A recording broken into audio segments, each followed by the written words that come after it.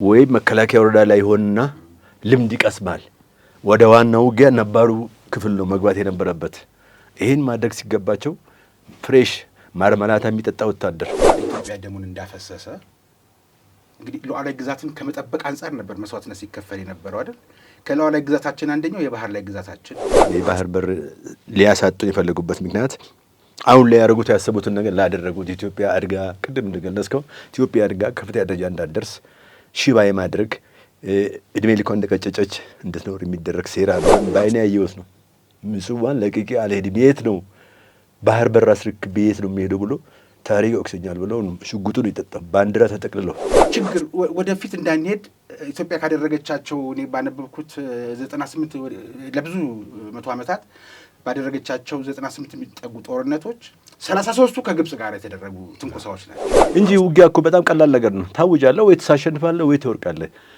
ከውጊያው በፊት ፖለቲካው መቅደም አለበት ሁለት ምርጫ ነው ያለው አንድ በሰላማዊ መንገድ ነው አንድ በኃይል ነው እንጂ ሌላ እንግዲህ የለም ከሁለቱ ውጪ ያለ እንዴ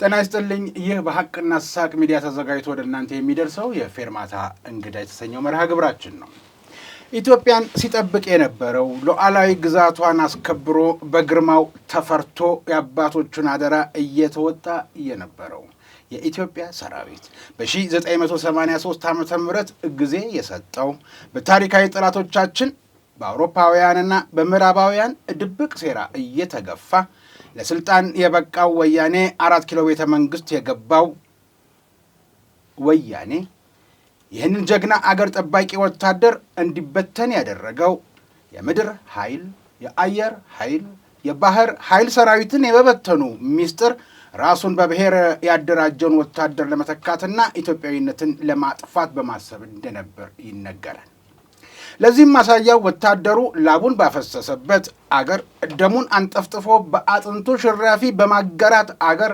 ሕክምናና ጡረታ እንዳያገኝ አድርጎ በጠላትነት ማየቱ እንደሆነ በማስረጃ የሚጠቅሱ አሉ ቀን አልፎ ቀን ሲተካ ዓመታት ነጎዱና በታኙ የወያኔ ስርዓት ከ4 ኪሎ ቤተ መንግስት ወጥቶ ወደ መቀሌ ሲሄድ ቡድኑን አንድም ጥይት ሳይተኩስ የሸኘው በዶክተር አብይ አህመድ ፊት አውራሪነት የመጣው ለውጥ ያንን በግፍ የተባረረ ወታደር ተተኳሽ ይዞ አንድ ኩባያ ውሃ የለመነውን ጀግና የኢትዮጵያ ወታደር እንደ ባለውለታ ብቻ ሳይሆን ሰው ስለመሆኑ ምስክርነት የሰጠ ነበርና ለኢትዮጵያ ጀግና የለውጡ መንግስት ባለውለታ መሆኑን በአደባባይ ተስተዋለ እናም በሐሳብ በጉልበት በሙያው በእውቀቱ ማገዝን መርጦ ዛሬም ኢትዮጵያን በማስቀደም ከፊት ተገኘ ይህ አንድ የታሪክ እጥፋት ነው ሌላኛው የታሪክ እጥፋት ይህ ጀግና እንዲበተን የተፈለገው የኢትዮጵያን ሉዓላዊ ግዛት ለማፍረስና በተለይ ኢትዮጵያ ብታድግ ለምስራቅ አፍሪካ ብቻ ሳይሆን በአህጉሩ ተደማጭ የምትሆን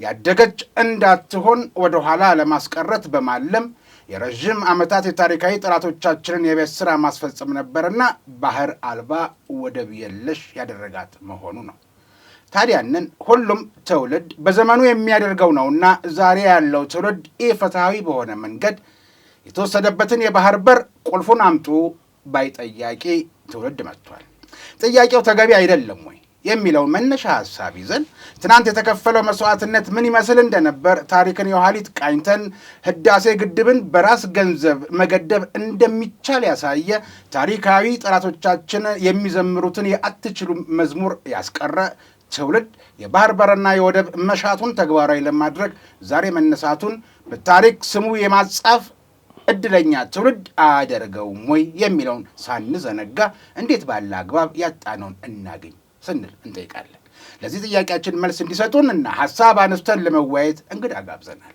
እንግዳዬ በሐረር ጦር አካዳሚ በሁለተኛ ኮርስ ምሩቅ ናቸው የሚገርመው የተመሰከረላቸው የጦር ዕውቀት ባለቤት ሆነው በመገኘታቸው በ5 ዓመት የሚገኘውን ማዕረግ በ2 ዓመት ያገኙ ናቸው ተጨማሪ ስልጠና በአስመራ የቀዳሚ አየር መሪ ስልጠናን ወስደዋል በራሳቸው ወይም በስራቸው አንቱታን ያገኙ ዘንድ የረዳቸውን ብዙ ቁጥር ያለውን አጫጭር ስልጠናዎችንና የሙያ ማሻሻያ ትምህርቶችን በመውሰድ ራሳቸውን ያበቁ ናቸው እንግዳዬ በነባሩ የኢትዮጵያ ሰራዊት የምድር ኃይል 44ኛና 45ኛ ብርጌድ በኤታማዦር ሹም የ45ኛ ብርጌድ ዘመቻ መኮንን የየክፍለ ጦሩ የዘመቻ መምሪያ ኃላፊ በ1980 ዓመተ ምህረት ወዲህ ደግሞ ክፍለ ጦር ያልነበራቸው ብርጌዶች በአንድነት ተሰባስበው ክፍለ ጦር ሲቋቋም የተመሰረተው 29ኛ ክፍለ ጦር አካል የነበረው የ1ኛ ብርጌድ ወይም ነበልባል አዛዥ በመሆን እስከ 1983 ዓመተ ምህረት ድረስ አገልግለዋል። ከ21ኛ ጋር ምጽዋን ጨምሮ በሰሜኑ የጦር ግንባርና በታጠቅ ጦር ሰፈር በአሰልጣኝነት ጭምር ያገለገሉ የጦር ሰው ናቸው። በአጠቃላይ ከ12 ዓመት በላይ አገራቸውን በታማኝነት በቅንነት አገልግለዋል። ናደው እዝን በተመለከተ የማይረሱት ነገር አለ። አፋቤት ላይ የሆነው እና በኋላ ከረን ላይ ዳግም እስከሚቋቋም ድረስ የነበረውን እንዲሁም በ1974 ዓ.ም የኤርትራ ችግር ለአንዴና ለመጨረሻ ጊዜ እንዲፈታ መንግስት የያዘውን የቀይ ኮከብ ዘመቻ በተመለከተ ከርከበት ላይ የተፈጸመውን በፍጹም ምን ነበር የሆነው? ይህንንም መለስ ብለን እንቃኛለን። እንግዳዬ ሻለቃ ዳንኤል አናንያ ይባላሉ። እንኳን ደህና መጡ። እንግዲህ እንኳን ደህና ቆያችሁ። ብዙ እንዳጎደልኩ አውቃለሁ። የማን እንደሆኑ ወደ ኋላ ታሪኮ መለስ ብዬ በወፍ በረር ስቃኝ ባጎደልኩት ይቅር በሉኝ። የጎደለ የለም። አመሰግናለሁ። እንግዲህ ባጭሩ ስለ እርስዎ ይሄን ካልኩኝ፣ እርስዎ ደግሞ እስኪ በአንደበቶ ለአድማጭ ተመልካቾቻችን የጦር ሜዳ ውሎን ጨምሮ እስኪ ዳንኤል አናንያ፣ ከዛ ሻለቃ ዳንኤል አናንያ፣ ከዛ የሐረር ጦር አካዳሚው ይሄን ሁሉ ጠቅላላ አድርገው እስኪ ያጫውቱ። አዎ እንግዲህ እኔም በዚህ ታሪካዊ ወቅት በዚህ በታሪክ ጥፋት ወቅት የዚህ አጀንዳ ወይም ይሄ ጥያቄ በተነሳበት ጊዜ ለዚህ ጉዳይ ሀሳቤን ስለተፈቀደልኝ በጣም ደስ ብሎኛል። ቆንጆ ፕሮግራም ነው። እድለኛም ነኝ የዚህ ትውልድ አካል በመሆኔም የዚህ አጀንዳ አባልም በመሆኔ እድለኛ ነኝ። በጣም የማመሰግነው። ወደ ራሴ ስመለስ ያው ቅድም እንደተገለጸው ዳንኤል አናንያ እባላለሁ። በ70 ዓመተ ምህረት ነው የተቀጠርኩት። ቀጥታ ከትምህርት ቤት ነው። ትውልዴ እድገቴ ወደ ወለጋ አካባቢ ነው። ከዛ ነው ትምህርቴን ሃይ ስኩል እንዳለን ነው ተመልምለን የወጣ ነው። ከዛ ትምህርታችን አቋርጠን ማለት ማትሪክ መፈተን ሲገባን አቋርጠን ነው የገባ ነው። ማትሪክም ትምህርት ቤት ነው የወሰድነው ማሰልጠኛ ከገባን በኋላ። ከዛ ጨረስን። ወዲያው ደግሞ አመት ሳይሞላ ለመኮንነት ኮርስ ሐረር ገባው። ከዛ በኋላ እንግዲህ ህይወት ተጀመረ። በመኮንነት ህይወት ከሐረር አካዳሚ ደግሞ ስንመረቅ ቀጥታ ምክትል መቶ አለቃ ሆነን ታጠቅ ጦር ሰፈር ነው የመጣ ነው። ምክንያቱም መንግስት የያዘው እቅድ ነበረ። እኛንም ሁለት ኮርስ ሐረርና ሆለታ ላይ ሲያሰለጥነን አላማ ነበረው ውጊያውን ለመጨረስ ለአንዴና ለመጨረሻ። እኛም ምክትል መቶ አለቃ ተመርቀን አዲስ ጦር ተሰጥቶን ታጠቅ ጦር ሰፈር 2 ክፍለ ጦር ተመስርተው ነበርና እዛ ተቀላቅለን ለምንድነው አላማው ቀይ ኮከብ የሚባል ዘመቻ 74 ዓመተ መንግስት ፕላን አድርጎ ነበር። ምንድነው ውጊያውን ለአንዴና ሰልችቶት ነበር መንግስት ውጊያውን እና ማለቅ ስለነበረበት 2 ተራራ ክፍለ ጦር በልዩ ስልጠና ሰልጥነው እኛም በጥሩ ሰልጥነን ገና ፍሬሽ ምክትል መቶ አለቆች ነን። እዛ ገባን። ሌሎችም ነባር መኮንኖች ተቀላቅለው እርሾ ሆነን ማለት ነው። ይሄን አዲስ ሰራዊት ይዘን ነው ወደ ሰሜን ይዘመት ነው። ከዛ ይጀምራል እንግዲህ ዘመቻ ታሪክ። ያ አላማ ምንድነው? ቀይ ኮከብ ዘመቻ ተብሎ በታህሳስ ወርና ጥር ወር አካባቢ ነው ከርከበት የሚባል ግንባር የጠላት ምሽግ ሰብሩ ለአንዴና ለመጨረሻ ዋናው የሻዕቢያ ኃይል ያለበት መስመር ስለሆነ መሰበር ስለነበረበት አላማውን ለማሳካት ነገር ግን አላማው ሊሳካ አልቻለም። በዛን ሰዓት መንግስት የፈለገውና ከስር ያሉ ከፍተኛ ጀነራሎች ልክ አልነበረ። ሆነ ለመናገር ወደ ኋላ ተመልሼ አለቆችን መተቸት ሳይሆን ልክ አልነበረ። ዛሬ በስዬ ሳይሆን ልክ አልነበረም። ምክንያቱም 21ኛና 22ኛ ክፍለ ጦሮች ከማሰልጠኛ ነው የወጡት። እኛም ከማሰልጠኛ ነው የወጣ ነው። ምክትል መቶ አለቆች ነን። ከላይ ሌሎች ሲኒየር መኮንኖች ይኑሩ እንጂ እኛም ፍሬሾች ነን። ይሄን ፍሬሽ ክፍለ ጦር ነው እንግዲህ በዋናው የመንግስት የትኩረት አቅጣጫ ላይ ግንባር እንዲሰብር ወደ ማጥቃት የተላከው። እኔ በማውቀው ወታደራዊ ሳይንስ አዲስ ጦር ሲመጣ ወይ ተወርዋሪ ሆንና ወይ መከላከያ ወረዳ ላይ ሆንና ልምድ ይቀስማል። ወደ ዋናው ውጊያ ነባሩ ክፍል ነው መግባት የነበረበት። ይሄን ማድረግ ሲገባቸው ፍሬሽ ማርመላታ የሚጠጣ ወታደር በዛ በረሃ 50 ዲግሪ ሴንቲግሬድ ደርሳል። የዛ አካባቢ ፀሐይ ምልምል ወታደሩ ከማሰልጠኛ እንደወጣ ነው። በዛን ሰዓት በቃ እንዳልሆን ተሆነ። ውጊያውም ተበላሸ። የመንግስት ፕላን ከሸፈ። ለዚህ መክሸፍ ደግሞ ምክንያት የሆነው መቼም አንተ ለምሳሌ ይሄን ስቱዲዮ ስትመሩ እናንተን የሚያዛቸው ወይም ምስሩ ስራ አፕሩቭ የሚያደርግላቸው አንድ ላይ ያለ ክፍል አለ። የእናንተ አለቃ የሆነ ሰው ማለት ነው። የአንድ ክፍለ ጦር ውጊያ የአንድ ግንባር ውጊያ የአንድ ክፍለ ጦር ውጊያ ሲታቀድ በኮር ወይም በመከላከያ ደረጃ ነው አፕሩቭ የሚደረገውና የሚጸድቀው። ፕላኑም ከዛ ነው የመጣው። በዛን ሰዓት ግን የሁሉንም ውድቀት የጀነራሎቹንም ስህተት አንድ ሰው ላይ ደፈደፉ። ኮሎኔል ውብሸት ማሞ የሚባል የክፍለ ጦር አዛዥ ነው። ታዞ ነው አንደኛ ናቸው። አዎ ታዞ ነው ግንባር የገባው እንዲያጠቃ። አዲስ ክፍለ ጦር ከማጠኛ ወጣ። እንዴት ማጥቃት ሻዕቢያን የሚያክል ነበር ክፍል ነበር የጠላት ተዋጊ እንዴት ይገጥማል? አዲስ ፍሬሽ አመት 2 አመት እንኳን አልቆየም። ጂኦግራፊውን አላወቀም። የመሬቱን አቀማመጥ አላጠናም። ምልምል ነው። ፀሐይ ያቅ ከታጠቅ ጦር ሰፈር እንደተነሳ ነው የገባው እና የውጊያውን መክሸፍ በሰውየው መረሸን ተደመደመ። ውጊያውን ፌል አደረገ ቀይ ኮከብ። በዛን ሰዓት እኔ 45 ብርጌድ ውስጥ ነበርኩ። ከዛ እያለ ወደና ከፍተኛ ሹማምንቶች ናቸው የረሸኗቸው። አዎ ጄኔራሎቹ የነበሩ ውጊያውን የመሩት ጄኔራሎች አሉ። አሁን እነሱም በህይወት የሉም። የሚገርመው በሰሩት ሳቦታጁ እንዳይታወቅባቸው የክፍለ ጦሩን አዛዥ ጦሩ ፊት እንዲረሸን አደረጉ። እስከዛሬ የሚቆጨኝ እና ከርከበት ላይ ነው። ከርከበት ላይ ከዛ ይጀምራል እንግዲህ የውጊያው ታሪክ። አዎ እንግዲህ በማሰልጠኛ ካገኙት ማዕረግ ምክትል መቶ አለቃው መጣና ሻለቃ ጋር ስለደረስን ከዚህ በኋላ ሻለቃ እያልኩ ልበል። ዳንኤል አናንያ ማን ነው? ሻለቃ ዳንኤል ማን ነው የሚለውን ትንሽ ባዮግራፊ ላይ ወደ ኋላ መመለስ ፈልጌ ነበር። ያኔ ያልጠቀስኳቸውን ነገሮች እንዲያነሱልኝ ነበር ጥያቄውን የሰጠሁት። ከርከበት ላይ ብቻማ ሳይሆን የአፋ ቤቱም ችግርም አለ። በየቦታው ሬሽን ሲባልም ጥይት የሚያቀበል ጥይት ሲባል እንገባለን ብዬ ነው። አዎ ሱስም አለ። ወደ ኋላ ሄዶ መወቃቀሱን ሳይሆን ይሄን ስለምታቅም ነው። አንድም እኮ ወያኔ የበቀል ጅራፏን እንትን ያደረገችው ጦሩ ራሱ በአዛዥና በታዛዥ መካከል ላይ የነበረውን ክፍተትም ሳቅም ስለነበር ነው። መልካም ቀዳሚ አየር መሪ የሚል ስልጠና ወስደው እንደነበር ቅድም ጠቅሻለሁኝና እስኪ አንደኛ ምን ማለት ነው ቀዳሚ አየር መሪ? ምናልባት ያልታቀደ ገበታ ያልተሰራለት ማጥቃት በሚያስፈልግ ጊዜ ያን ይመራል ማለት ነው። ያ ሰው ቀዳሚ አየር መሪ ምን ማለት ነው? ጥሩ ጥያቄ ነው። ቀዳሚ አየር መሪ ማለት በግንባር ካሉት ክፍሎች የሚቀርበውን የአየር ድጋፍ የሚመራ ማለት ነው። በእንግሊዝኛ ፍሮንት ኤር ኮንትሮል ይሉታል ወይም ፋግ ይሉታል። ፍሮንት ኤር ጋይደር። እሱ ትምህርት ስልጠና ይሰጣል። የ2 ወር ስልጠና ነው። ምንድነው ከየክፍሉ ቢቻል ዘመቻ መኮንኖች ናቸው። አዲሽናል ለምን የውጊያው ምቅድ እሱ እጅ ዘመቻ መኮንን እጅ ስለሆነ አዲሽናሊ አየር ፓይለቱንም እንዲመራ የሚሰጥ ስልጠና ነው። ተጨማሪ ካርታና ሬዲዮ ድሮም እናውቃለን። አዲስ ነገር ሬዲዮው ነው። ከጄቱ ጋር ብትገናኝበት ከፓይለት ጋራ ካርታውን ድሮም እናውቀዋለን፣ ስራችን ነው። የበለጠ ደግሞ አይሮፕላኑ የመጣበት ሰዓት ፓይለቱ እንዳይደነጋገር ፓይለቱ መምራትና የምትፈልገውን ኢላማ የማስመታት ተግባር ነው። ይሄ ስልጠና ይሰጣል በክፍሎች ውስጥ ለሁሉም ሳይሆን የተሻለ ሰው ተመርጦ ነው። በካርታ ብቃት በዘመቻና በመረጃ ስራ ላይ የተሰማራ መኮንን ነው ለዚህ የሚመረጠው።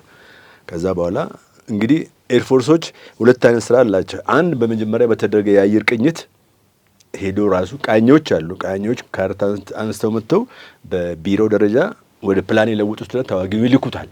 ይሄ የታቀደ ነው። ሌላኛው ድንገተኛ በውጊያ ላይ የጠላት ታንክ ቢገጥምህ ወይም የጠላት ምሽግ አልደረመስ ሲል የኤርፎርስን ድጋፍ በምትፈልግበት ሰዓት አንተን የምትመራው ፓይለቱን የምትፈልገውን ኢላማ መርጠህ እሱ ደግሞ ዝም ብሎ አይደለም የሚመጣው ጄቱ በአንተ ጥያቄ መሰረት ነው ጄቱ ይዞ የሚመጣው። መሬት ላይ ያለውን በተጨባጭ ስለሚያውቀው እሱ ነው እንግዲህ የቀዳሚ አየር ስራ እሱ ነው። ምክንያቱም ታንኩ እንዲወድምለት ከፈለገ ጸረ ታንክ ይዞ እንዲመጣ ጸረ ሰው አይወረውርለት መቼም እና ይሄን የሚሰራ ሰው ነው ቀዳሚ አየር መሪ ማለት።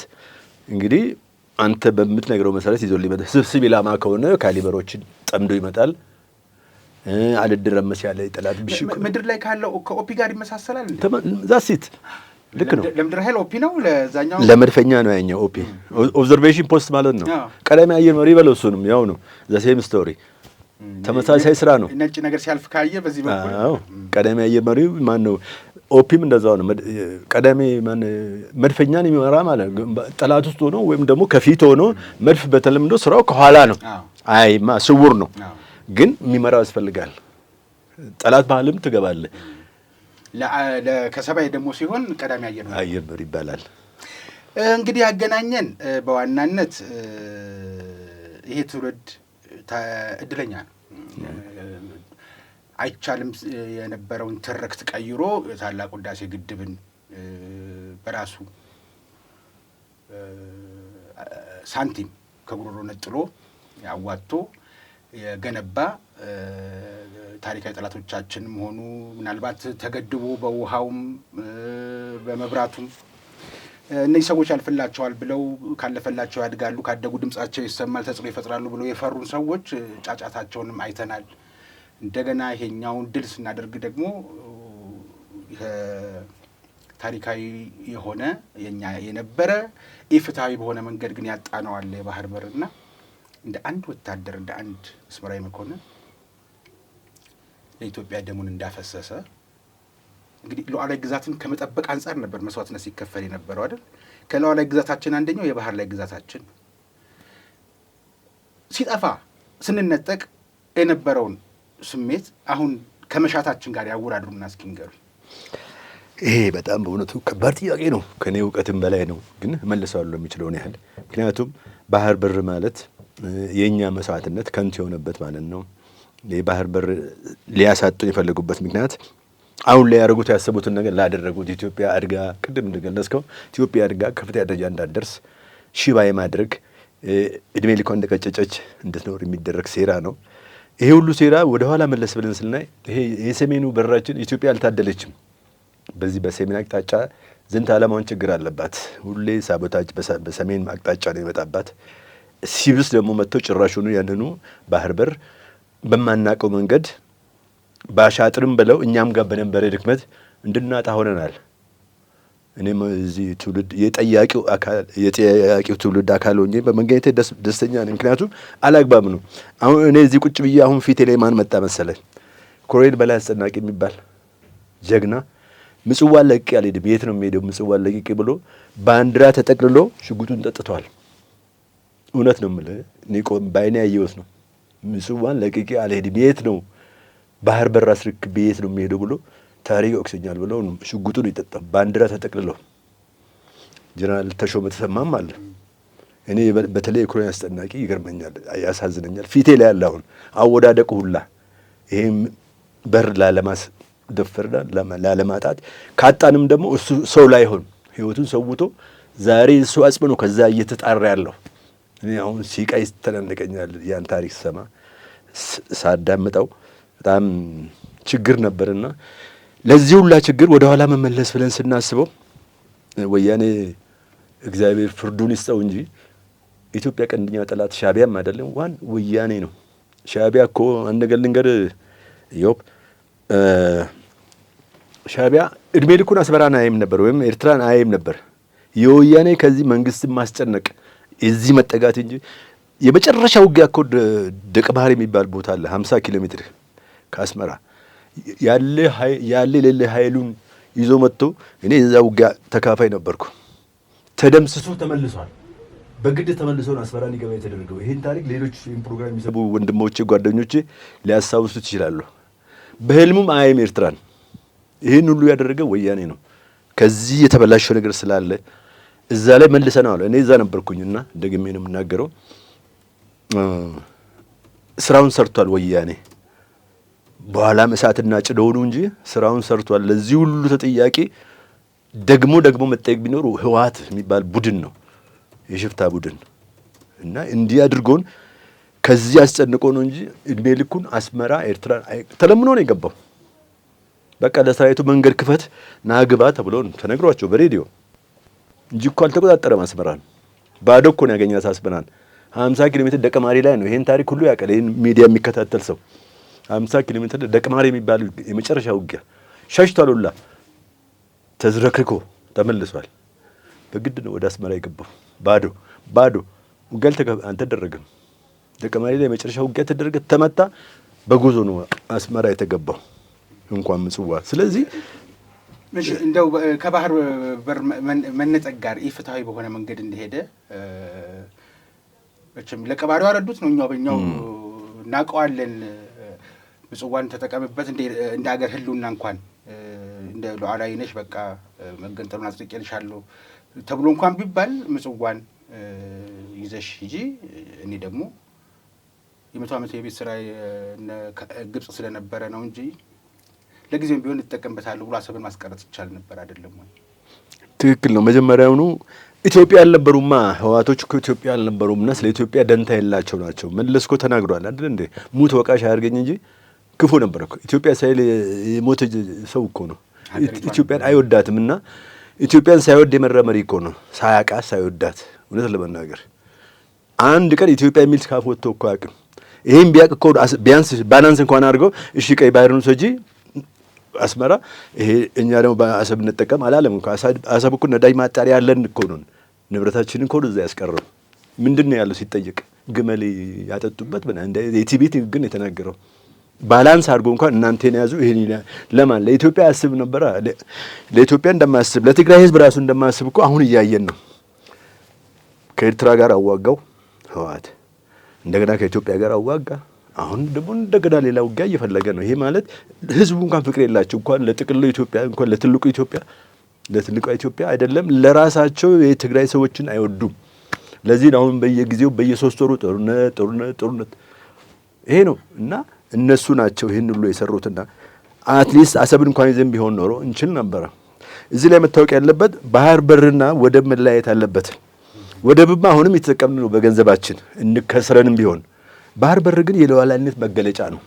እንደፈለግን ወጣ ገባ የምንልበት የምንፈልገውን በነፃ የምናስገባበትን የምናስወጣበት ልዩነት አለው። ወደብ ሞምባሳም ትከራያለህ፣ ፖርት ሱዳንም ትከራያለህ። እሱ ሳይሆን የባህር በር ጥያቄ ታሪካዊነቱ ከጥንት ጀምሮ ኢትዮጵያ የምትታወቀው ቀይ ባህር ላይ ሉዓላዊነቷ ተከብሮ የምትኖር ሀገር ነው። የረጅም ዘመን ታሪክ ያላት ነች። ይሄን ማጣት በጣም ነው የሚያቆስለው። እኛ ቆስለናል፣ የምናደርገውን አድርገናል። ለምን ደግሞ ተወሰደ ብለን ደግሞ ጥያቄ ብትጠይቀኝ ሳቦታጁ እንዳለ ሆኖ ባንዳ እንዳለ ሆኖ እኛም ጋር ልሰራ ስራ አለ፣ ችግር ያለበት አለ። ወደ ኋላ መወቃቀስ ይሆናልና ለጠላትን በር መክፈት ስለሚሆን ጥሩ አይደለም እንጂ እንደ ወታደር ነው እዚህ ጋር መጠንቀቅ ያለብን አይደል? ለጠላት አሁን ያልተፈቱ ጉዳዮች ስላሉ እኛም ጋር ችግር አለ፣ ችግር ባለ ብለን ነው ለታሪክ ጸሐፊዎች እንተዋለን። ግን ግልጽ መሆን ያለበት ምናልባት ሀሳቤን ያስተካክሉልኛል ብዬ አስባለሁ። የባህር በር ሲባል ሰው የሚመስለው ሉዓላዊ ግዛት ከማስጠበቅ አንጻር ዝም ብሎ ገብቶ መውጣቱ የንግድ መርከቦች ገብተው መውጣታቸው ብቻ አድርጎ ሊያየው ይችላል። አሁን የምናየው በቀይ ባህር ላይ የምናየው ሁቱ አማጽያን ወደ ኢትዮጵያ ጥቃት ቢያደርጉ ወደ አጎራባች ሀገሮች ጥቃት እናደርጋለን ብሎ ቢሉ መከላከል የሚችል የባህር ኃይል ያስፈልገናል። ከምንም ነገር በላይ ግን ሉዓላዊ ግዛትን ማስጠበቅ የምንለው ከምስጢራዊነትም አንጻር ለምሳሌ ለራስን እንግዲህ ዘመናዊ የሆነ ቴክኖሎጂ የታጠቀ መከላከያ ይገነባል ሲባል ቴክኖሎጂውን አገር ውስጥ ከመስራት ባሻገር ከውጭ የሚመጡ ነገሮች አሉ። ከውጭ የሚመጡት ወደብ ስለተገኘ ጅቡቲ ላይ የንግድ መርከቡ ምን በተውሶ መርከብ ሲመጣ የጅቡቲ ጸጥታ ኃይል ይፈትሸዋል። ኢትዮጵያ ምን እንደታጠቀች ይታወቃል። የኛ መርከብ የኛ ጸጥታ ኃይል የሚያየው ከሆነ ግን ሉዓላዊ ጥበቃችን የተጠናከረ ይሆናል። ግን ሉዓላዊ ስንል ከዚህኛውም አንጻርም ነው መታየት ያለበት ብዬ አስባለሁ። ልክ ነኝ? ልክ ነው። በትክክል ገልጸዋል እኮ እኔም ቅድም ለማለት ሞክሬያለሁ። ባህር በር ሉዓላዊነት የሉዓላዊነት መገለጫ ነው ያልኩት ለዛ ነው እንጂ ወደብማ ወሰን መጠበቅ ብቻ ሳይሆን ለማለት ወደብማ በሌላ እጃችን ይረዝባል፣ ገንዘብ እናወጣለን እንጂ የተለያዩ ወደቦችን በክራይ እንጠቀማለን። ባህር በር ግን አሁን እንዳልከው እንዳስቀመጥከው ነው። ይህ ማንነታችንም መታወቂያ ነው። እንዴት ነው? ኔቪ ያለን ይኖረናል፣ ነበረንም፣ አሁንም አለን። እዛ ላይ የምንፈልገውን ነገር ያለ ፍተሻ ያለ ገደብ ማግባት ማውጣት ማለት ነው ሉዓላዊነት። የማንን ፈታሽ አሁን ቅርብ ጊዜ አንድ የሆነ ነገር እናውቃለን። አንተም ሚዲያ ተከታትለዋል። ያ እንዳይሆን እኛ የራሳችን የባህር በር ካለን ጓዳችን ማለት ነው ፈታሽ የለብን ምን የለብን። ስለዚህ ማንነታችን ከዛ ይጀምራል። ለዚህ ነው ባህር በር አስፈላጊነቱ ኢኮኖሚያዊ ሸቀጥ የማግባት ጉዳይ ብቻ አይደለም፣ ህልውና ነው። ህልውና ነው። አደጋ ላይ እንዳንኖር ህልውናችን ነው። ለዚህ ነው ባህር በር ላይ እኛ ከዚህ በፊትም በተራችን ማድረግ የሚገባን አድርገን እኔ 2 ቦታ ቆስያለሁ። አሁን እንደ ልቤ ግን ደግሞ የቀሩ ልጆች አሉ። እኔ ስቆስል የተሰዉ ልጆች አሉ። ያ ሁሉ አለ።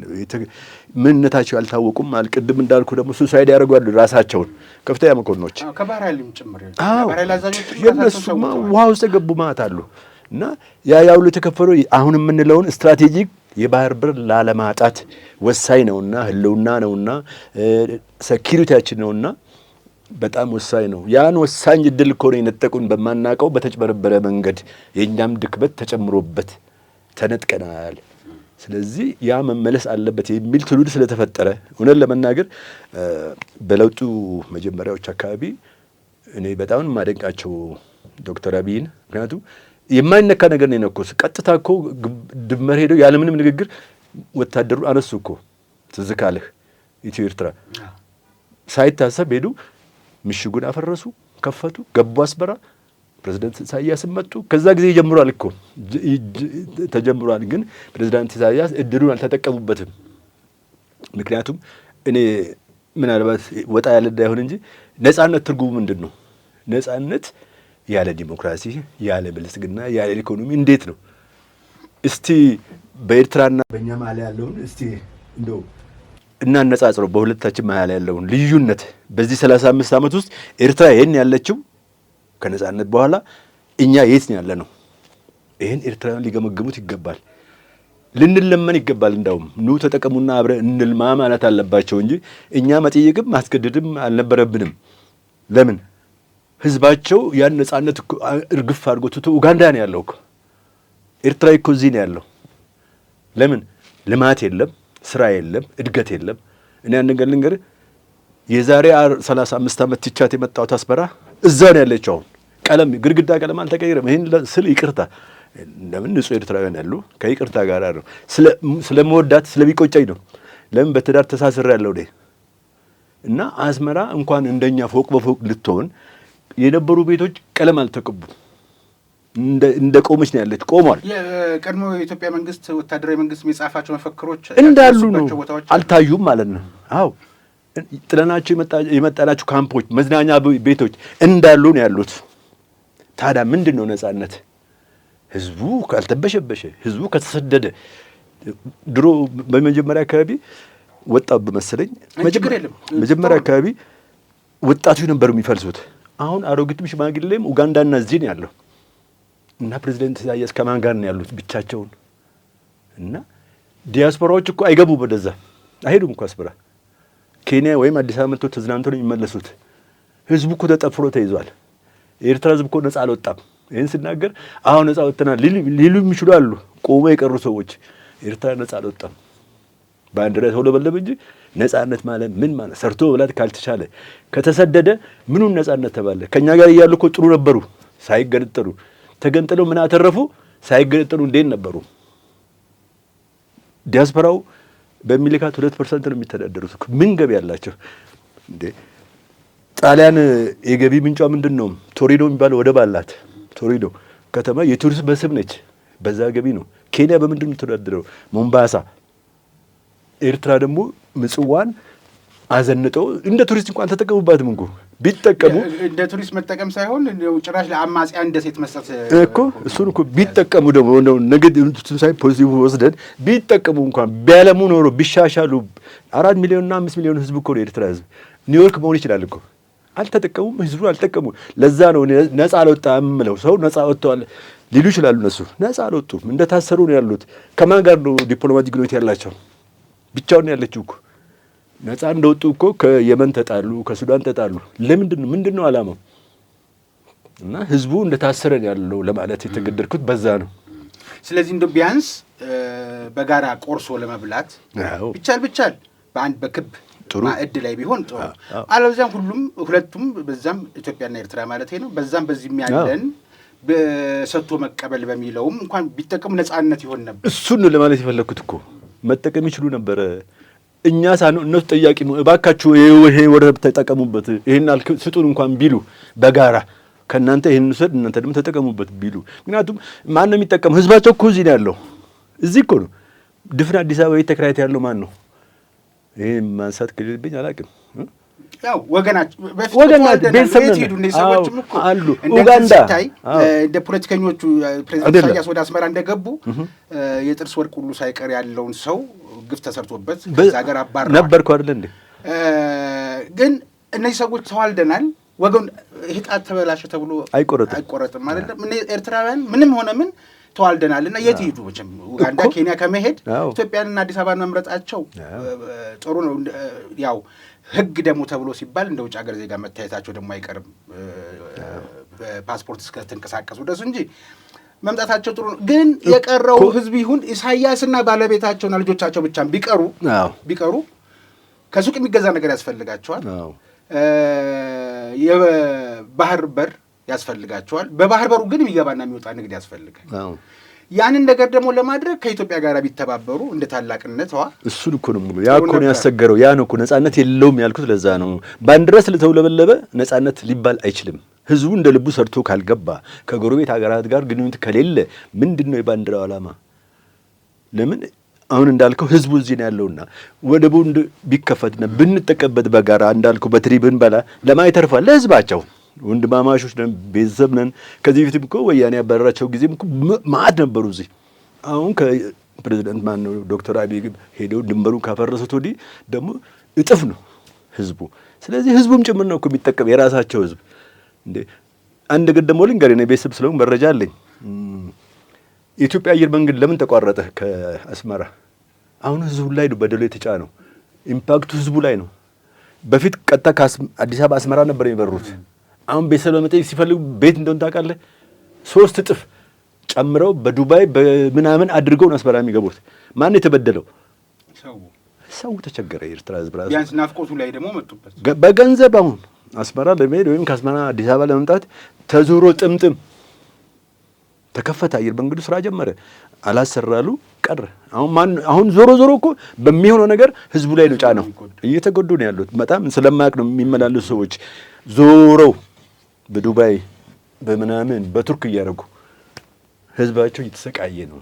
ከዚህ ሁሉ ሰላማዊ ቢፈጠር ዶክተር አብይ የልመና ያህል ነው ለመናገር በትዕግስቱና በይቅርታ ይሄ ትውልድ ሊማር የሚችለውን ነገር እውነት ለመናገር ዓመተ ምሕረትና ቀንን ጊዜን ሰዓትን ጠቅሰን አንተ በዚህ ሰዓት ላይ እንዲህ አድርገኸኛል የምንባባል ቂም በማሳደርና በማዋል የምንታወቅ ሰዎች ለይቅርታ ያን ያክል መንገድ የሄደ በመሪ ደረጃ ማየት ትውልዱ በተለይ የኛ እንኳን ቢቀር ታዳጊዎቹ ላይ ጥሩ ነገር ይሆናል እና ይቅርታ ምን ማለት ነው የሚለውን ነገር ህጻናት እያዩት ያድጋሉ። ለነሱ ጥሩ ነገር ነው። አንዳንዴ ግን ለምን የሚባል በተለይ በውትድር ነው ይሄ የሚታለፍ ያለበት መስመር ነው የሚባል ነገር አለ አይደለም? ሲበዛ ቀይ መስመሩ በቃ ሁሉ ነገር ሲበዛ እና ስሜታዊ መሆን አይጠቅምም።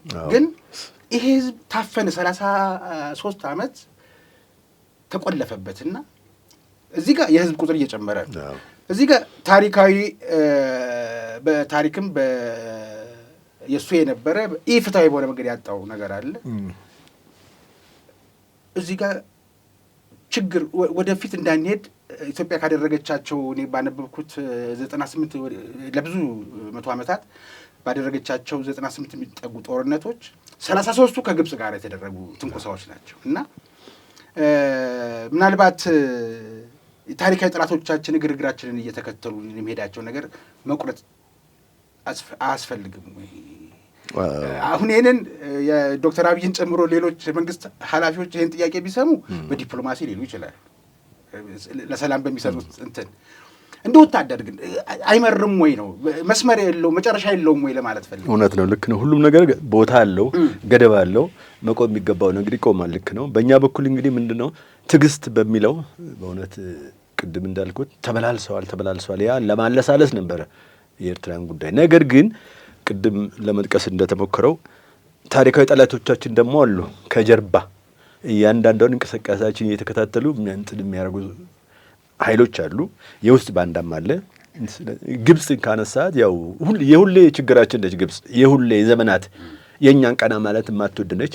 በተገኘው አጋጣሚ የተነሳን ቡድን ትደግፍብናለች።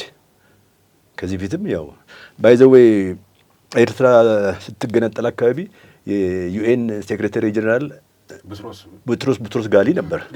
ምን አይነት ፓወር እንደነበረው በዛን ሰዓት ለመገንጠሏ ፍጥነቱ እና ግብጽ ታሪካዊ ዳራችን ነች ከጥንት። ከዛም በኋላ ደግሞ ወደ በዚህ በግድቡ ዙሪያ ማድረግ የምችለው የእኛኑ ሰዎች የእኛኑ አስቸጋሪ ክፍሎች መደገፍ ምንም አይገርምም። ሻዕቢያን ደግፋ እዚያ አድርሳለች። ወያኔንም የተወሰነ ፓርት እየደገፈ እዚያ አድርሳለች። ለምን የኢትዮጵያ ማዕከላዊ መንግስት ተረጋግቶ ስራውን እንዳይሰራ ተረጋግቶ ግድቡን እንዳይጨርስ ይኸው ዘንድሮ ግድቡ አልቆ ለማየት ችለናል። እኔም የዚህ ታሪካዊ ጊዜ በቅቼ አይቼዋለሁ። ተመርቋል፣ ወደ ስራ ገብቷል። ማድረግ ያልቻለችው ይሄን ብቻ መከላከል እና ማስቆም ስላልቻለች በሌላ እጅ አዙር ሻዕቢያን ብትደግፍ አይገርምም። ምክንያቱም ማድረግ የሚገባትን ነው። በሶማሊያም ሞክራለች እኮ የሶማሌ ህዝብ ግን መልስ ሰጥቷታል። የት ታውቂናለሽ? ከዚህ በፊት እኛ ስንቸገር የደረሰችልን ኢትዮጵያ ነች ተብሎ እኮ መልስ ሰጥቷቸዋል። መንግስት እንኳን ቢስማማ ከግብጽ ጋር ጸረ ኢትዮጵያ አቋም ቢይዝ ህዝቡ አይቀበል። የሶማሊያ ህዝብ እውነቱን ነው የተናገረው። እውነትም ደግሞ ትንሽ ወጣ ያለ መንገድ ሄደው ነበር። ህዝቡ ነው እንዳሉት እርሱ ህዝቡ ነው ያለው። ህዝቡ መልስ ሰጥቷቸዋል። እኛ እናቅሽ የት ደርሰሻል እንጂ እንደ ግብጽ ፍላጎት ኢሚዲየትሊ ጦር ለማስፈር ነበር ሀሳባቸው። አልተቀበለ። የሶማሊያ ህዝብ አንዳንድ ቆራጥ ነው። እንዴ አደንቃቸዋለሁ። ህዝቡ በዚህ የተነሳ ቆመ። መንግስታቸው ኒውትራል ሆኖ ቁጭ ብሏል አሁን እንጂ ግብጽ የማትሞክረው ነገር የለም። የሁሉ የጠላታችን ነች። የወደፊትም ቢሆን ግን እንደው ታሪክ አይቆምም ወይ መቋጨት አያስፈልገውም ወይ የሚለው ጥያቄ ላይ ነበርንና በቃ ሊባል አይገባውም።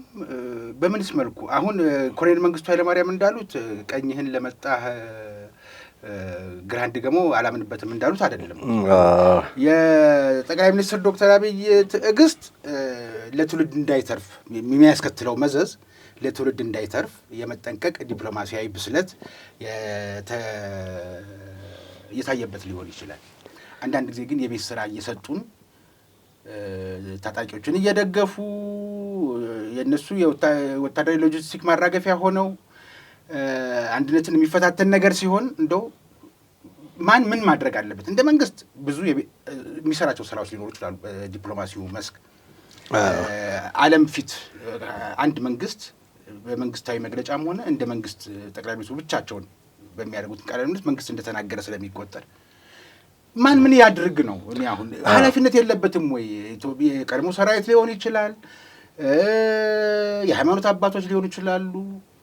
በቃ ይሄ ነገር ተውን። ያኔ ኖሞር ከላችን ላይ እጃችሁን አንስሉ የነበረው አይነት እንቅስቃሴ አያስፈልግም። እዚህ ጋር ወታደራዊ ውሳኔ አይደለም የሚሰራው፣ ፖለቲካው ነው። ወታደራዊ ውሳኔማ ወደ መግደል ይሄዳል። አዎ ፖለቲካው መቅደም አለበት።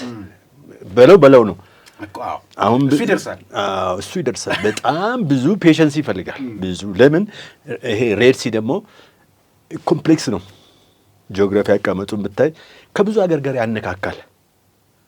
ገብቶሃል አይደለም?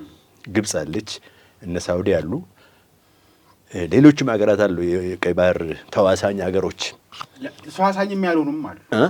ተዋሳኝም ያልሆኑ ከውጭ መጥተው ከሩቅ ቦታ መጥተው ምዕራባዊንም ከኋላ ያለውን አሰላለፍ ታውቀዋለህ። እኔ በዚህ አካሄድ ጠቅላይ ሚኒስትሩ በጣም ትዕግስተኛ ነው ለማለት ፈልጋለሁ። ምክንያቱም መሆንም ያለበት ነው። ስትነሳ ሚኒመም እኮ ሉዓላዊ የሆነ ሀገር ነው። በስትሚውም በማወቅም ባለማወቅም እንደ ሀገር ውስጥ ዝም ብለህ ብድግ ብለህ በአንድ የሆነ ዩኒት መተው የምታቆመው ውጊያ አይደለም። እና ዲፕሎማሲው መቅደም ያለበት ያልኩ ለዛ ነው። ዲፕሎማሲ ምን ማለት ነው? ራሱ የኤርትራ ህዝብ ሌላ ጥያቄ እንዲያነሳ ሌላ ትርክት መፍጠርና አሁን እንደተያዘው እንደምንረዳው ማለት ነው የኤርትራን ህዝብ ራሱ የማነሳሳ ስራ ቢነሳ ፖለቲከኞች፣ ዲፕሎማቶች እዚህ ጋር ሰርቶ መጨረሻ ላይ አዘኤንድ ኦፍ ዴይ ነው ወደ አሁን የምትለው የመጨረሻው ወደ መጨባበጥ ወይ ወደ ሌላ መሄድ የሚቻለው መጀመሪያ ፖለቲካው ተሰርቶ ህዝቡ ራሱ ጥያቄውን አዙሮ ኖሞር ብሎ ራሱ የኤርትራ ህዝብ ማለት ነው ኖሞር አገራችን አርፈን እንቀመጥበት። እሱ ሻዕቢያንና እዛ ያለውን አመራር በተመለከተ ነው። እሱ እንዲሰራ የኛ ፖለቲካ መጠንከር አለበት። የኛ ዲፕሎማሲ መጠናከር አለበት።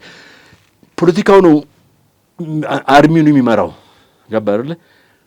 ፖለቲካው ነው የሚመራው። ፖለቲካው ካልተስተካከለ በወታደራዊ መስኩ ሄደ ፌል ታደርጋለህ ወይም ታደርጋለህ። ፌሌሪቲ ደግሞ ቀላል ሊሆን አይችልም። መጀመሪያ መሰራት አለበት።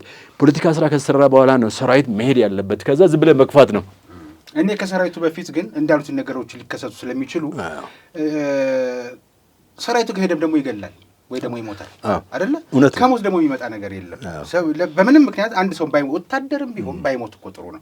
በዘመኑን የዋጀ ትጥቅ ይታጠቅና ከዓለም ጎን ከዓለም እኩል ይሁን እንጂ ወታደርም ቢሆን መሞት የለበትም። አላስፈላጊ ሞትም ቀርቶ እኔ እሱኛው ሳይሆን እዚህ እኮ ነው የተማሩት ፕሬዚደንት ኢሳያስ ዊንጌት ነው የተማሩት፣ ልደታ ነው የኖሩት። ከምንም በላይ ለህዝብ ያዝናለሁ ካሉ እንግዲህ እሳቸው እንደሚሉት ነው። ሌሎች ማሳያዎች ሌላ ነገር ቢያሳዩም እሳቸው እንደሚሉት ለህዝባቸው የሚያዝኑ ከሆነ ህዝባቸው የተሻለ ነገር ቢኖር የተሻለ ነገር ቢበላ ይህንን እንብላ የተሻለ ነገር እናድርግ የሚል ህዝባዊ እንቅስቃሴ አያስፈልግም። እሱን ነው እኮ እያልከው ያለሁት። ፖለቲካዊ ስራ ያልኩት ለዛ እኮ ነው። ዲፕሎማሲ ያልኩት ለዛ እና በመላ ኤርትራ ላይ የፖለቲካ ስራ መስራት አለበት። ደህንነቶቻችን ምኑ መስራት አለበት። ክፍት እኮ ነው ህዝቡ። እዚህ ነው ያለው። እዚህ ያለው ራሱ እኮ ብትይዘው ፖለቲካ ስራ መሰራት አለበት ያልኩ ለዛ እኮ ነው። ያለምንም እንጂ ውጊያ እኮ በጣም ቀላል ነገር ነው። ታውጃለህ ወይ ተሳሸንፋለህ ወይ ትወርቃለህ። ከውጊያው በፊት ፖለቲካው መቅደም አለበት። ኢሳያስን በቃ ሊሉት ይገባል። ኢሳያስ እኔ ቅድም እንዳልከው ወንጌት ተምሮ ልደታ እንደኖረ የዚያ ኢትዮጵያ ተማሪ እንደነበር አውቃለሁ። ሄዶ ደግሞ ሳክሪፋይ ያደረገ እውነት ለመናገር የወጣትነት ጊዜውን ጨረሰ ለኤርትራ ህዝብ። አሁን ደግሞ በቃ ባይዘው ህገ መንግስት የለውም እኮ ፓርላማ የለም እኮ እንዴት ነው? ስለዚህ ይሄን ህዝብ እንዴት ነው እንዴ? ኤርትራውያን የሉም እንዴ? የተማሩ ሰዎች የሉም እንዴ? ፖለቲከኞች የሉም እንዴ? ጥሩ አስበው ኧረ ከኢትዮጵያ ጋር እንኑር ኧረ እንደዚህ ሆነ የሚል ትውልድ የላቸውም ወይ? እዚህ ላይ ኢትዮጵያ ሚና መጫወት የለባትም ወይ? የፖለቲካ ስራው ይቅደም፣ ዲፕሎማሲ መቅደም አለበት። ምን እኮ ለዛ ነው እንጂ ወታደር ዝግጁ ነው እንዴ? ባይዘው ወይ ምንድነው አሁን በውጊያ እኮ አንመጣጠንም። ከኢኮኖሚያችን አንፃር እኛ አድገናል። የምንፈልገው መሳሪያ ይዘናል። በቂ ሰው ኃይል አለን። ለዛም ዘመኑን የዋጀ አለን እኮ እኛ። እነሱ እኮ ድሮ እኛ የጣልናቸውን ቀራቅሞ ሰብስበው እኮ ነው አዲስ መሳሪያ የመግዛት አቅሙም የለም እኮ። ይህን ሰሞን ካይሮ ሲሄዱም የሄዱበት ሲመጡም የመጡበትን አውሮፕላን አይቼ ያው የተውሶ መሆኑን ታዲያ ላየ ሰው ምንም የላቸውም። ምን አላቸው እሳቸው ሲሆን እንደ መንግስት ለህዝቡም አይዘኑ እንደ መንግስት እንኳን እንደው ለፕሮቶኮል የሚሆን የረባ ነገር ምን አላቸው? እንደ መንግስት እንኳን እንግዲህ ፐርሰናል አናድርገውና ቤታቸውን አይተሃል የሚኖሩበትን ያን የሚያክል እድሜያቸው የወጣትነት እድሜያቸውን የለፉለት አገር መሪ የሚኖርበት ቤት አይደለም እኮ። አላየም? በቴሌቪዥን አይቼዋለሁ። አንዳንድ ጊዜ አልሄድክም? አስመራ አልሄድኩም። እሺ፣ በቴሌቪዥን አላየሁም? አይቼዋለሁ። ይመጥናል ከሰውየው የበረሃ እድሜ ጋራ ከደከሙት አንፃር እውነትም ነፃነት ይሁንም አይሁንም ደምቷል። ወጣትነቱን የብልጽግና ጊዜ አሳልፏል እድሜውን። አሁን እንደዛ ቤት ስር መኖር ያለበት። ስለዚህ የለችም ማለት ይቻላል ኤርትራ። ለዚህ እኮ ነፃ አልወጣችም ያልኩ መጀመሪያ ላይ ነፃ አልወጣም እና ፖለቲካና ዲፕሎማሲው መቅደም አለበት። ዲፕሎማቶቻችን መስራት አለባቸው። እጅ ማስረዘም ያስፈልጋል እንጂ ወታደር ማዘዝ በጣም ቬሪ ሲምፕል መቅደም አለበት። የሚቀድመውን ነገር ማን ኃላፊነቱን ይውሰድ? አሁን ለምሳሌ የኖሞር እንቅስቃሴን በደንብ ስለማውቅ ነው። የኖሞር እንቅስቃሴን የመንግስት እጅ አልነበረም። ይሄ ኖሞር ኤርትራ ውስጥ መመለስ ያለበት ነው። ማን ያድርገው ነው? የኛ መንግስት በማስተባበር ሰዎች አሉ አይደል እንዴ? ሚሽን ፕሮጀክት እኮ ነው። ፕሮጀክት ኃላፊነት የሚወስድ ሰው አይገኝም። በራሱ መንግስት ፕሮጀክቱ መስጠት አለበት። ተነሳሽነቱን መስጠት አለበት።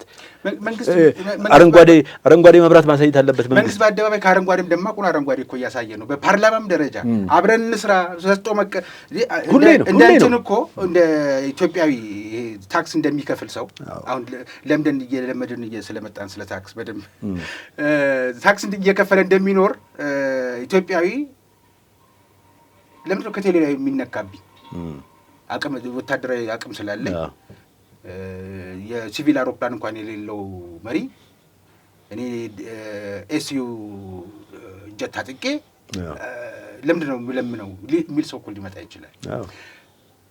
ለምንድን ነው ከአየር መንገድ ለሚነካብኝ ሼር መጀመሪያም ኢፍትሐዊ በሆነ መንገድ የተወሰደብኝ ነው እንጂ ፍትሐዊ በሆነ መንገድ የሄደ ስላልሆነ ለምንድን ነው ሼር የምሰጠው የሚል ሰው ሊመጣ ይችላል። ግን የተዋለድነንና የኛ ብቻችንን ብናድግ አጫዋችም አነጋጋሪም ጎረቤት ከሌለን ዋጋ የለውምና አብሮ በመኖር ትርክት ውስጥ አብረን እንሄዳለን፣ እንካፈላለን። ይህን በተደጋጋሚ መንግስት ተናግሯል። ደከመኝም አላለም። ወደ ስራ ባሸጋገር የሆነ ፕሮጀክት ተፈጥሮ ይሄ ነው የምትለው እኔ የሚያልኩትን ሀሳብ የሚሰራ የሆነ አካል ተቋቁሞ ሰምቶ ለምን ለራሱ የሚነሳ ሰው ኤርትራዊም ቢሆን እኮ ያልኩህ እኮ ኤርትራዊም ቢሆን ይሄን ሰምቶ ለምን ብድግ የሚል ሰው ይጠፋ? ይሄ ነው ጥያቄ። ይሄን ማድረግ በጣም ቀላል ነው የምለው። ሰዎች በዘመቻ አሁን ኖሞሩም በዘመቻ ነው አይደል? ከውጭ እስከ ሀገር ውስጥ አለ በዛን ሰዓት ብዙ ውጤት አየንበት። አሁን ኖሞር ዞሮ ኤርትራ ውስጥ መታየት አለበት። እርግጠኛ ነኝ ደግሞ ታፍነው እንጂ ህዝቡ አለ ተቃዋሚ። ይሄ ስርዓት 35 ዓመት ሙሉ ያለ ህገ መንግስት ሲመራ ሰው የለም እንደ ኤርትራ ውስጥ ይሄን የሚጠይቅ የለም እንደ ቡድኖች አሉ። ግን እንደ ወደፊት ወጣ ለማለት እያቃታቸው እንደሆነ ተቃዋሚ አለ እኮ አሁንም በተለያዩ ግንባሮች እንቅስቃሴ አለ። ያን ፑሽ ለማድረግ ደግሞ በውጭም በአገር ውስጥም ዲያስፖራዎች አሉ፣ ውጭ የሚኖሩ በቂ ዲፕሎማቶች አሉን እላለሁ። ግን ብዙ አላይም፣ ስራ ላይ ብዙ አላይም እና እሱ መሰራት አለበት። ምክንያቱም ሁለት ምርጫ ነው ያለው። አንድ በሰላማዊ መንገድ ነው፣ አንድ በኃይል ነው እንጂ ሌላ እንግዲህ የለን። ከሁለቱ ውጭ ያለ እንዴ አይደለ እንዴ? የኃይል አማራጩ በጣም ነው። ይሄኛውን ግን ለመስራት ዲፕሎማሲና ፖለቲካ ወሳኝ ነው። ይሄን መስራት እንዴት ነው? እኔ ብዙ ልምድ አለኝ። ኢሰፓ ሰርቻለሁ ማለት በነበረው ስርዓት በጣም ሀርድ ነው ሰራ የነበረው መሰረታዊ ድርጅት ውስጥ ታዲያ ስራ ይሰራል። የምትፈልገውን ነገር ሚሽን ይሰጣል፣ ስራ ይሰራል። ይሄንን ብልጽግና መስራት አለበት ለማለት ነው። ብልጽግና ሰው ሳይሆን ማደራጀት እኮ ነው፣ አቅጣጫ ማስያዝ ነው፣ መሰራት አለበት። ለምን ወታደራዊ አካሄዱ ሰክሰስ እንዲሆን መጀመሪያ ዲፕሎማሲውም እስከ 50% መምጣት አለበት። ማለትም ከዛም ቀሪውን ሚሊተሪ አክሽን ተወስዳለህ። አብዛኛው ፐርሰንት በዲፕሎማሲ በፖለቲካ ተሰርቶ ኢሳያስን ኖሞር እንዲሉት የማድረግ ውረድልን፣ ከየመን አጣላህን፣ ከሱዳን አጣላህ፣ አሁን ደግሞ ከሁለተኛ ቤታችን ከኢትዮጵያ ጋር እንዲሆን ክብን ውጊያ ይበቃናል የሚል ኖሞር የሚል አካል እንዲፈጠር ሚና ፕሮጀክት መፈጠር አለበት ባይ ነኝ። ሻለቃ በጣም ነው የማመሰግነው። ጥያቄን እያገባደድኩ ነው። በነገራችን ላይ የዚህ ፌርማታ እንግዳ መርሃ ግብር ባህሪው ዛሬ የተገናኘነውን ከተለያየን በኋላ ማለት ነው አድማጭ ተመልካቾች በሚሰጡት አስተያየት እንደዚህ ይጠየቅልን ሻለቃ እንደገና ይድገሙና እየተባለ እንደሆነ እኔ ደግሞ ወይኔ ሻለቃን ይህን ሳልጠይቃቸው ሄዱብኝ፣ እርሶ ደግሞ ማብራራት ሲገባኝ የዘለልኩት አለ ባሉኝ ጊዜ በእነዚህ በሶስት ምክንያቶች ተመልሰን እንገናኛለን። ደስ ይለኛል። በጣም አመሰግናለሁ። አሁን ጠቅላይ ሚኒስትር ዶክተር አብይ የሞት አልባውን ጦርነት ያቆሙ ጊዜ የኢትዮ ኤርትራ እዛ የነበረው ያለነው ጥቅምት ወር ማገባደጃ ላይም ስለሆነ ጥያቄውን ላንሳው ብዬ። በነገራችን ላይ ድንበሩ ከተከፈተ በኋላ ሄዱ እንዴ እርሶ? አልሄዱም። ከጦርነት በኋላ ወይም እዛ በግዳጅ ወታደራዊ ግዳጅ በኋላ መጠናቀቅ በኋላ አስመራና አላየሁትም፣ ግን ቤተሰብ ይመላለሳል። ቤተሰብ ሲመላለስ እንትና ሂስትሪ አለ። ሰፈር ደርሼ መጣሁ ገሌን አገኘሁት ይሄድ በጣም ቤስት ፍሬንድ አለ እዛ። አዎ አዝኖ ነው የመጣው። ብዙ ብር ነው ያጠፋው፣ ወደ 200,000 ብር ነው ያጠፋው። ለምን ወጪ አድርገው? ብዙ በጣም ኤክስፔንሲቭ ነው ኖሯቸው። ይሄን ነግሮኛል። አዎ እዚያውም ማንም መንገደኛ ቢራ ይጠጣል። አስመራ ውስጥ ቢራ የሚጠጣ በጣም ቪአይፒ ነው። አስቡ። ያው መለቲ ነው ያለው አሁን። አዎ ሌላ ምን ፋብሪካ አለ ኤርትራ ውስጥ? ይሄን እኮ ነው ቅድም ያልኩት።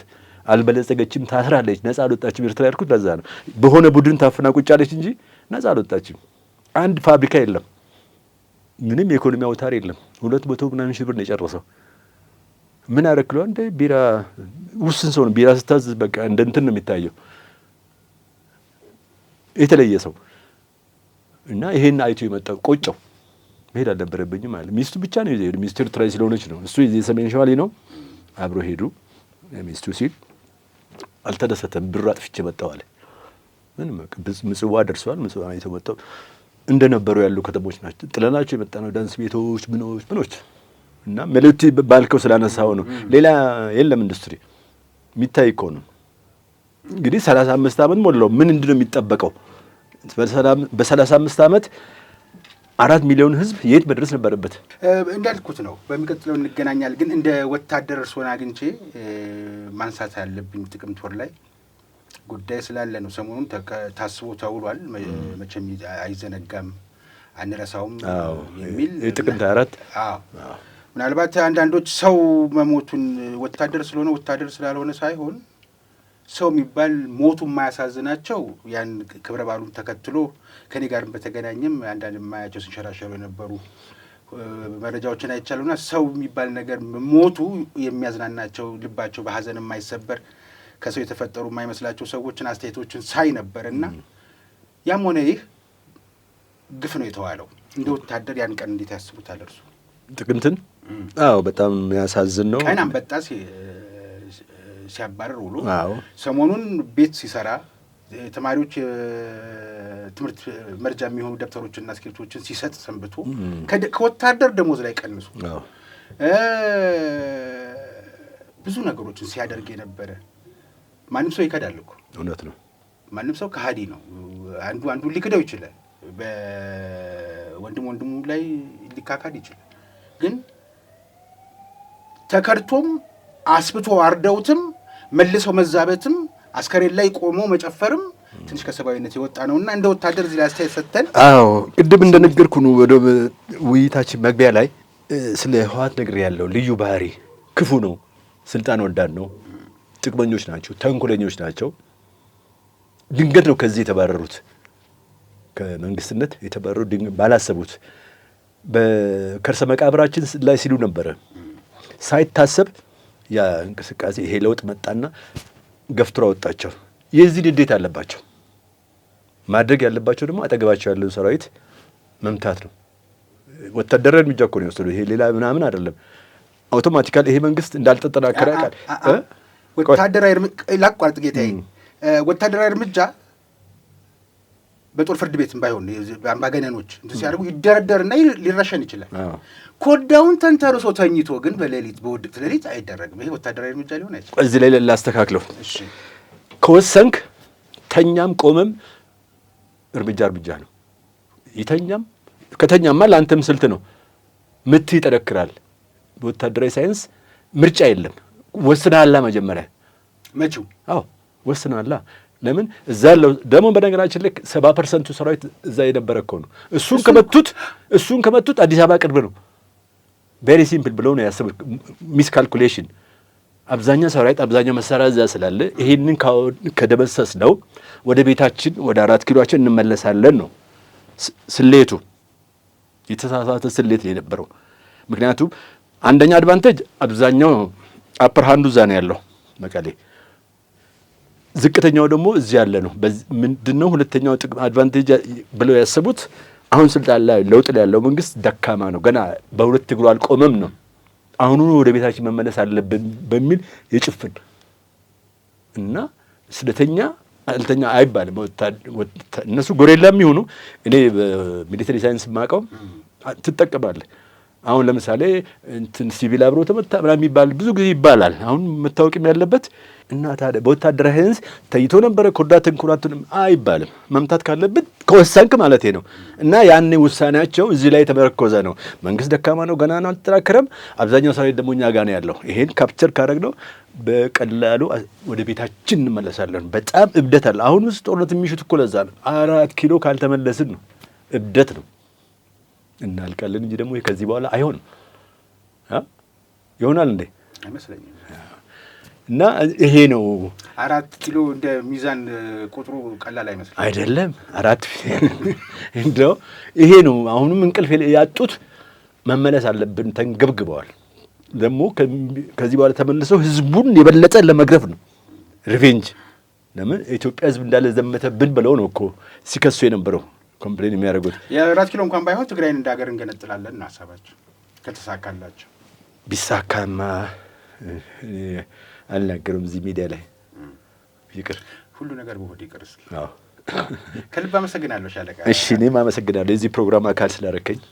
ታንክ ዩ ሶ ማች። ስለ ቃል እንደገቡልኝ በቀጣይ እንገናኛለን ብያለሁ። አሎ ኤኒ ታይም የተወደዳችሁ ተመልካቾቻችን ቀደም ሲል ከሻለቃ ዳንኤል አናንያ ጋር ያደረግነው ቃለ ምልልስ ይህንን ይመስል ነበር። ጥቅምት 24 ቀን የሰሜን እዝ አባላት ላይ የተፈጸመውን ድንገተኛ የሆነ ጥቃት ተከትሎ በሞታቸው ስትዝናኑ የነበራችሁ አሁንም እየጻፋችሁት ያለውን አስተያየቶችን በተለያየ የማህበራዊ ትስስር ገጾች ላይ እያስተዋልኩ ነውና ቢያንስ ሰው መሽተት በተገባ ነበር። ወታደር ሆነ ሲቪል ሆነ አይደለም። በድንገት በወንድም ላይ የሚደረግ ክህደት ግን ስለሚያም ማለት ነው። ለማንኛውም በቀጣይ በሌላ ርዕሰ ጉዳይ ከሌላ እንግዳ ጋር እንጠብቃችኋለን። የዛሬው በዚሁ አበቃን። ጤና ይስጥልኝ።